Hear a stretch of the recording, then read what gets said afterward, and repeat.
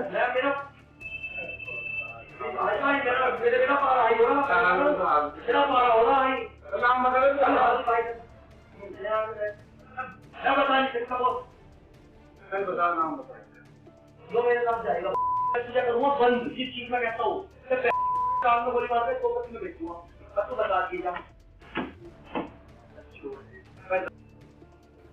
मेरा पारा हाई हो गया तो गोकसी में जेल भेज दूंगा। टांगों में तुम्हारे गोली मार दूंगा, फंसा दूंगा तुमको। नमस्कार, जय श्री राम। मैं धीरेन्द्र मोहन त्रिपाठी और आप देख रहे हैं यथार्थ संवाद। अभी आपने देखा होगा कि उत्तर प्रदेश पुलिस अपने चिर परिचित अंदाज में कैसे बात कर रही है।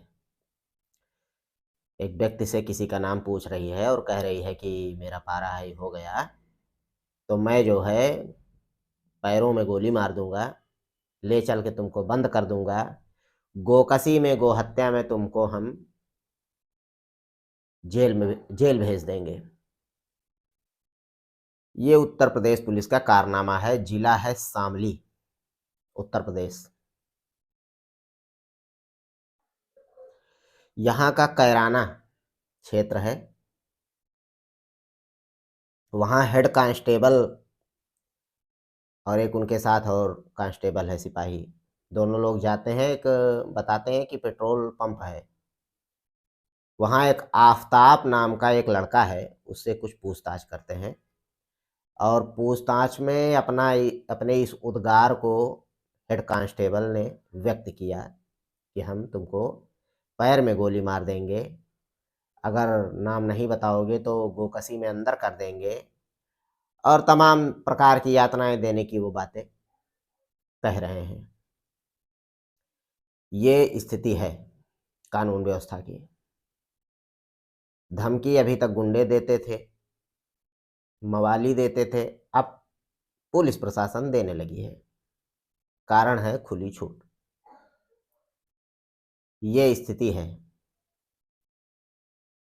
उधर थानाध्यक्ष का कहना है कि ये जिससे बात किया जा रहा है आफताब, ये आरोपी है और इससे पूछताछ करने के लिए गए हैं। अगर पूछताछ भी करने के लिए गए हैं तो धमकी देने की क्या आवश्यकता थी? अगर आरोपी है तो उसको पकड़ के ले जाते और विधि सम्मत कार्यवाही की जा सकती थी। लेकिन आप देख रहे हैं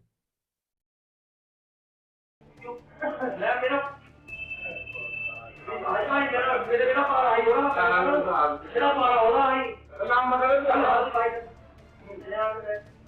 क्या बताएं किसका वो मैं बता नाम बताएं जो मेरे नाम जाएगा मैं तुझे करूंगा बंद जिस चीज में कहता हूँ काम में गोली मार के तो में बेचूंगा अब तू बता दीजिए।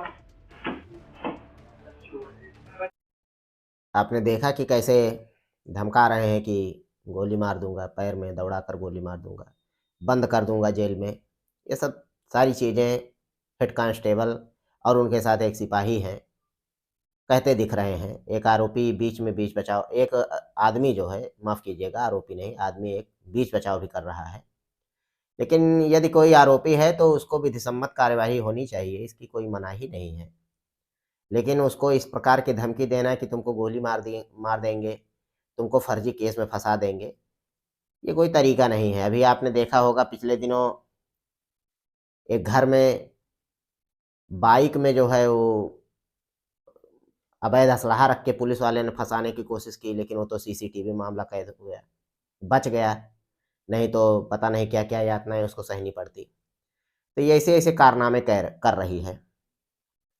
और ये इतना ही नहीं, ये तो छोटे मियाँ हैं, बड़े मियाँ भी हैं। जिला है मैनपुरी, वहाँ के मालिक जिलाधिकारी, नाम है उनका अंजनी कुमार सिंह। उनके पास एक महिला और उसकी पुत्री, 22-23 साल उसकी अवस्था है पुत्री की, और महिला विधवा है। उनके पास किसी समस्या को लेकर जाते हैं, भूमि विवाद से शायद दबंगों से वो पीड़ित थी। संपूर्ण समाधान दिवस लगा रहता है और जिलाधिकारी महोदय बैठे रहते हैं और उनसे कहती है कि साहब अपने फरियाद उनसे कहती है। और इसी में हालांकि जिलाधिकारी ने उसकी बातों को सुना और टीम गठित कर रहे थे, उसी में कुछ जो है वो भड़क गई महिला।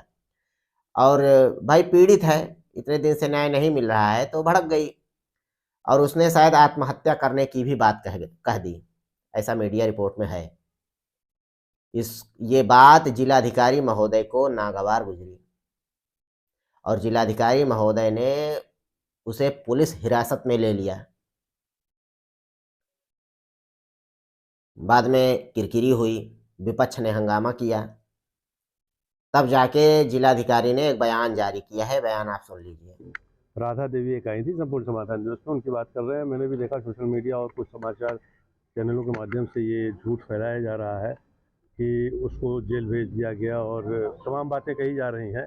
अब मुझे नहीं पता है कि किस निहित स्वार्थवश ऐसी बातें कही जा रही हैं, क्योंकि वास्तविकता ये है कि वो महिला और उसकी एक बेटी, उम्र तकरीबन 20-22 साल रही होगी, वो आई थी और उनकी समस्या पर धैर्यपूर्वक सुनवाई की गई, आदेश किया गया और टीम गठित की जा रही थी उनकी समस्या को देखने के लिए। इसी बीच उसकी बेटी, जिसकी उम्र कम थी, उसने धमकी देना शुरू किया और उसको बार बार समझाया गया तो काफ़ी आवेशित हो रही थी कि अभी कर लूँगी। तो उसकी जीवन रक्षा के लिए सिर्फ उसको पुलिस की निगरानी में भेजा गया कि कहीं ऐसा आत्मघाती कदम न उठा ले, और कोई भी अगर ऐसी धमकी देगा तो जो भी आवश्यक कदम होगा वो प्रशासन उठाएगा। तो जो आवश्यक समझा गया उसकी जीवन रक्षा के लिए वो उठाया गया, उसको पुलिस कस्टडी में रखा गया कुछ समय के लिए। जब उसका आवेश शांत हो गया, वो क्षमा मांगने लगी कि मुझसे गलती हो गई, अब मैं ऐसा कुछ नहीं करूँगी, तो उसको मुचलका भी छोड़ दिया गया। तो जिलाधिकारी महोदय का आपने बयान सुना होगा। उनका कहना है कि हम टीम गठित कर रहे थे तो महिला ने धमकी दी, और हमने सोचा कि ऐसी फिर कोई गड़बड़ी ना हो जाए, इसलिए हमने इसको पुलिस हिरासत में ले लिया। कोई गड़बड़ी ना हो जाए तो गड़बड़ी रोकने के कई सारे और भी तरीके हैं, उसको पुलिस हिरासत में रख लेना और बल्कि डरवा देना है। अब वो कहीं ये ना सोच ले कि हमको न्याय ही ना मिले और ना सहम जाए। बहुत सारे विभिन्न तरीके हो सकते थे, उसको समझाना चाहिए था, उसकी काउंसलिंग की जानी चाहिए थी।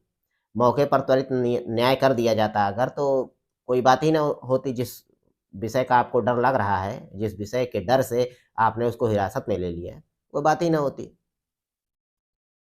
और ऐसा नहीं है कि मतलब सब ऊट-पटांग ही चल रहा है, कुछ अच्छा भी चल रहा है, इसको भी आपको देखना चाहिए। हरदोई पुलिस अधीक्षक नीरज कुमार जादौन, उनके यहाँ एक महिला जो है एक्सीडेंट से पीड़ित थी, उनके यहाँ मिलने गई थी एसएसपी ऑफिस, और उसको असुविधा हुई। एसएसपी साहब ने बाकायदा क्षमा मांगा। इससे एसएसपी साहब का कद छोटा नहीं हुआ बल्कि और बढ़ा। ये दिखाता है कि एसएसपी साहब वास्तव में एक अच्छे अधिकारी हैं। अधिकारी से जो अपेक्षा की जानी चाहिए थी वो बखूबी एसएसपी साहब में है। ये बातें हैं। एक अधिकारी, अब पीड़ित को असुविधा हुई तो उसके लिए वो माफ़ी मांग लिया। एक पीड़ित को ही पुलिस कस्टडी में ले लिया, और एक तो बाकायदा ये कह रहा है कि हम तुमको दौड़ा गोली मार देंगे तुम ज़्यादा बोलोगे तो, और फर्जी केस में फंसा देंगे। ये सब चल रहा है। मिलते हैं फिर किसी खबर में। देखते रहिए यथार्थ संवाद। कृपया चैनल को लाइक करें, सब्सक्राइब करें और शेयर करें। नमस्कार।